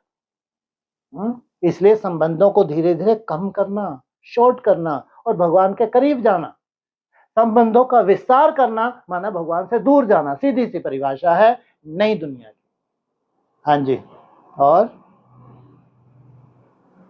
हाँ जी, तो मतलब वही अनुभव बता रहे कि जब तोड़ निभाना होता है और कहीं ऐसे होता है, और जब अटेंशन रखते हैं बार बार, हाँ जी, फिर जब अकेले में करते हैं तो वो बहुत अच्छे से हो पाता है। होगा ही होगा, बिल्कुल ये होगा ही होगा। जब निभाना पड़ेगा, मजबूरी होगी, वहां अटेंशन रखा है तो एकांत का बहुत अच्छा सार निकालेंगे। ये होगा ही होगा। ये अच्छे अच्छे अनुभव तोड़ निभाने वालों को होंगे ही। हाँ जी हाँ। और हाँ जी, और भाई साहब बाबा कहते हैं कि मैं अपनी ही प्रकृति को अधीन करके प्रत्यक्ष होता हूँ। वाह, इसको explain कीजिए ना। ये बॉडी क्या है, क्यों बोल दिया आपके लिए खास? तुम्हारी कर्मातीत कब होती है अवस्था? जब तुम अपनी प्रकृति, ये शरीर भी तुम्हारी प्रकृति है और मन बुद्धि भी क्या है, तुम्हारी प्रकृति है। जबकि ये प्रकृति अनेक जन्मों की प्रकृति है। इस अपनी प्रकृति को, मन बुद्धि प्रकृति को, शरीर की प्रकृति को अपने अधीन कर लेना। कोई बाधा उत्पन्न ना कर पाए तुम्हारा शरीर, कोई बाधा उत्पन्न ना कर पाए तुम्हारी मन बुद्धि। मैं स्वयं अपनी प्रकृति को स्वयंभू क्यों कहलाया? स्वयंभू के लिए कोई फीमेल चाहिए क्या है? अमरनाथ का शिवलिंग स्वयंभू है या जलाधारी वाला है? उसको कहते हैं स्वयंभू अमरनाथ है। हाँ, उसको कहेंगे माने जिसको कोई जन्म ना दे, जिसकी कोई माता गुरु ना हो, उसको कहते हैं स्वयंभू। उसके लिए कहा गया है ना, अपनी ही प्रकृति, अपनी मन बुद्धि की सबसे बड़ी प्रकृति होती है। फिर अपने ये 5 तत्वों को पूरी तरह कंट्रोल करना, 100% कंट्रोल करना, प्रकृति जीत बनना। मैं अपनी ही प्रकृति को अधीन करके संसार में प्रत्यक्ष होता हूँ। हाँ, ये है अमरनाथ। हाँ जी। और तो भाई साहब ये तो जैसे ये कौन बोल रहा है? ये शिव बाबा बोल रहे हैं? अच्छा, शिव बाबा बोल रहे हैं, इनसे मिलो। अरे कंपटीशन बापसमान बनने का हम बच्चों को दिया है, बोल रहे हैं शिव बाबा। हाँ, और वो बैठ के कंट्रोल करेंगे परम धाम में। जो सदा ही परम धाम की स्टेज में है वो ये बोलेगा क्या? जो 5000 वर्ष डिटैच रहा है, 5000 वर्ष निराकारी स्टेज में रहा है, 5000 वर्ष प्रकृति को कंट्रोल करके रहा है, जो अभोक्ता है, असोचता है, और उसके लिए लागू होगा। और उसने हमको ये लक्ष्य दिया है, बाप समान बनो। तुम्हारे लिए लक्ष्य है कि अपनी प्रकृति को क्या करो, कंट्रोल करो, स्वयंभू। उसको कहेंगे स्वयंभू। इनको कोई जन्म देने वाला नहीं है, इन्होंने स्वयं जन्म लिया है। कैसे जन्म लिया है? अपनी मन बुद्धि को कंट्रोल किया है, फिर अपने 5 तत्वों को कंट्रोल किया है। ये है हमारा लक्ष्य। इसलिए क्या कहते हैं मुरली में, तुमको प्रकृति जीत बनना है, तुमको माया जीत बनना है। इसका मतलब ही है माया जीत, प्रकृति जीत बनना माना स्वयंभू। हाँ जी। और हाँ जी भाई साहब, और टाइम है? नहीं, टाइम तो नहीं है, 2 मिनट है। हाँ जी। अच्छा,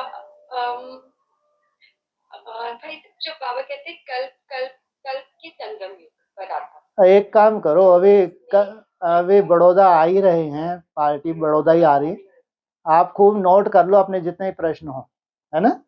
अब कल तो वैसे क्लास शॉर्ट में होगी क्योंकि कल बड़ौदा के लिए निकलना है, कल तो सुबह छोटी सी क्लास होगी, और परसों से आप लोगों को ही चांस है, जितना चाहे नोट करके रखो। 7 बजे तक डिस्कशन होगी ही होगी, ज़्यादा भी हो सकती है, लेकिन 7 बजे तक तो रोज़ डिस्कशन होगी ही होगी बड़ौदा में। इसलिए कल मुरली चलेगी ज़रूर, लेकिन बहुत शॉर्ट में ही चलेगी क्योंकि कल निकलना है बड़ौदा के लिए। फिर